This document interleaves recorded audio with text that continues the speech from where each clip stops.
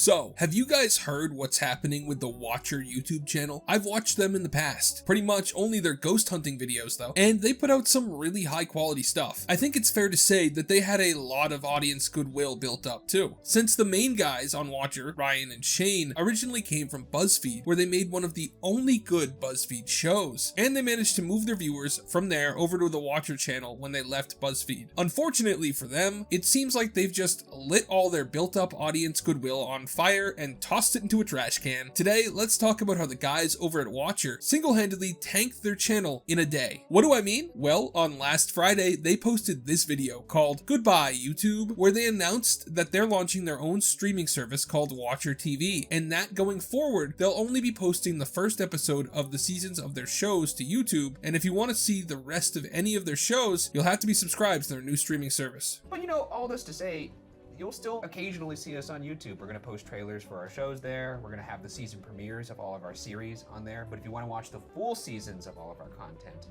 the streamer will be the exclusive home for all of that starting May 31st. Which, let me just say, in my opinion, is perhaps the stupidest thing I've ever seen a YouTuber do. Now, I'm not saying that there haven't been YouTubers that have launched successful streamers before. Nebula is a streaming service that was made by creators to post videos that they don't upload on YouTube. But with Nebula, it's extra videos. All those creators still post the stuff people originally subscribed for on their YouTube channels. Just some extra content goes up on Nebula. What Watcher is doing with WatcherTV is taking the stuff people have been able to watch for free on their YouTube channel and locking most of it behind a paywall. You know what people hate the most? When you take something that was free and you make them pay for it. I'm not sure how they expected this to go well at all. Then, it's not like they're asking a really reasonable price for the streaming service either, at least in my opinion. This was one of the major things about the video announcement that made people mad, because they announced that it's going to be $5.99 a month, because that's a price everyone can afford. You can become a member of Watcher for $5.99 a month or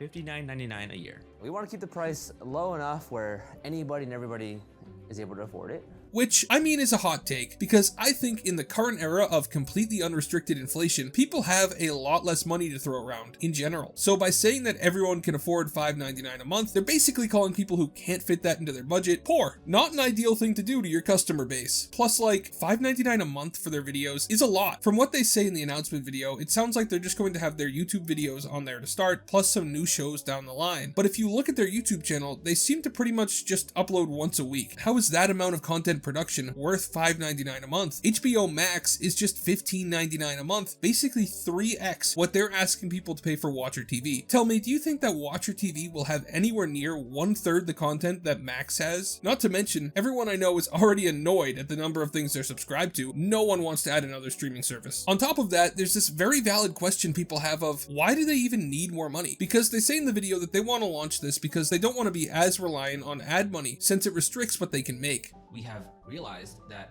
it would be great if we could find a way to rely less on advertising, not make it such a big part of our business. So we've been working over the past few months and years, like, how can we make this business more sustainable? How can we make something where we can make the things that we want to make for all of you guys and not be worried about all the other forces that are here? But the thing about this is that they already have a very popular Patreon, which, while I'm writing this, has nearly 13,000 patrons who pay monthly, according to the statistics they leave public, which, by the way, they choose to hide the monthly figure that they're pulling in on Patreon, which is a statistic that they can make public if they want, and one that might just help them make their point if they're really not making enough money. Ludwig's podcast, The Yard, keeps the monthly income figure public, just as proof it's something you can do, and give you an idea of the kind of money creators make with Patreon, though keep in mind that The Yard Patreon has significantly more subscribers than Watcher does. But if you take a look at Watcher's Patreon tiers, you'll see firstly that the lowest tier is $5 a month. So if we were to assume that every single subscriber is paying the lowest tier, which is very unlikely, that's roughly 13,000 times 5, which would be roughly $65,000 a month. Considering the highest tier they have is $100 a month, it's hard to imagine that they really need to move to their own streaming site. In my opinion, if those numbers are even close to accurate, they're probably making way more from Patreon than they do from ads every month, not counting sponsorships. I have no idea what those numbers would be for sponsorships. Oh, and also, people are mad because right now it looks like even the paying Patreon subscribers would still have to subscribe to the new streaming site to continue watching full seasons of something they've already been supporting on Patreon. I think they'll probably end up giving Patreon's free membership to the streaming site eventually though, though? Because if they don't, that would be the most ridiculous thing I've ever heard. The question is, why are they doing this? Well, like I mentioned earlier, money. They claim that they get the majority of their revenue from ads, and that a number of their series are very expensive to produce. And the increased revenue a streaming service will bring in will let them expand their shows and increase the quality, which, well, you'd think they'd know better than to try to bloat their company full of too many people and spend too much money on shows, considering they came from Buzzfeed, which is famous for doing just that. I genuinely think that a more aggressive push to get people to subscribe to their Patreon would have probably worked out better for them than this, but that's just my opinion. What I think really happened is something way too common. Basically, they probably let their YouTube channel become too corporate, which means that they might have hired some corpos or took on outside investment, and that corpo or investor read some Forbes article about how streaming services are the future and decided that he wanted to make them make their own streaming service. And the original Watcher people let themselves get talked into it because streaming services are very corporate, and the decision to try and move to one makes zero sense for someone who knows about YouTube to do. And the Watcher guys clearly know how YouTube works. They're very successful, so it just doesn't make any sense. I mean, it's also very possible that they just started taking themselves way too seriously and no one wanted to ego check them, so they started thinking of themselves like a TV channel and they decided they're above YouTube now. Considering one of the guys says that they wanted to make their videos to TV quality, I think this is a decent guess too. We try to put things on the screen that we feel adheres to a certain level of quality that you would find on, say,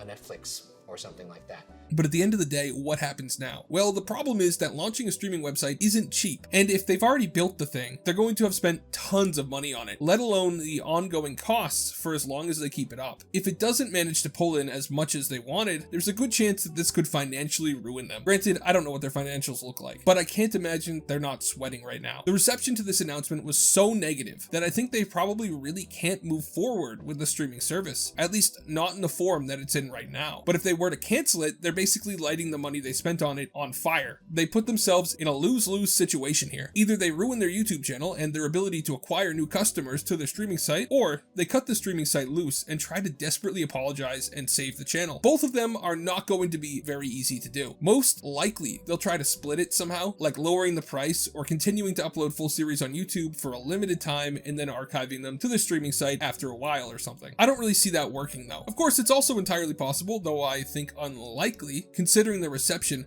that the streamer is a massive success and they keep going. In which case, even if they still upload the first episodes of their seasons on YouTube like they say they will, their channel is still going to fade into obscurity. It's actually amazing to see people do something so completely out of touch with their audience though. I mean, especially since they had so many subscribers on Patreon. They probably could have just sent a survey or something out to those people to see how they'd feel about this. Because given the general audience reaction, my bet would be that the Patreons, who already pay, might also not be very happy about it. So what do you think happens next? Do they go full steam ahead, ignore the detractors, and continue with the streaming service? Do they give up and scrap the whole thing and absorb whatever financial cost that causes? Do you think their channel can even survive either way? Let me know in the comments. Thank you for watching. Remember to like and subscribe. After all, you watched the whole video. Have a great day and God bless you.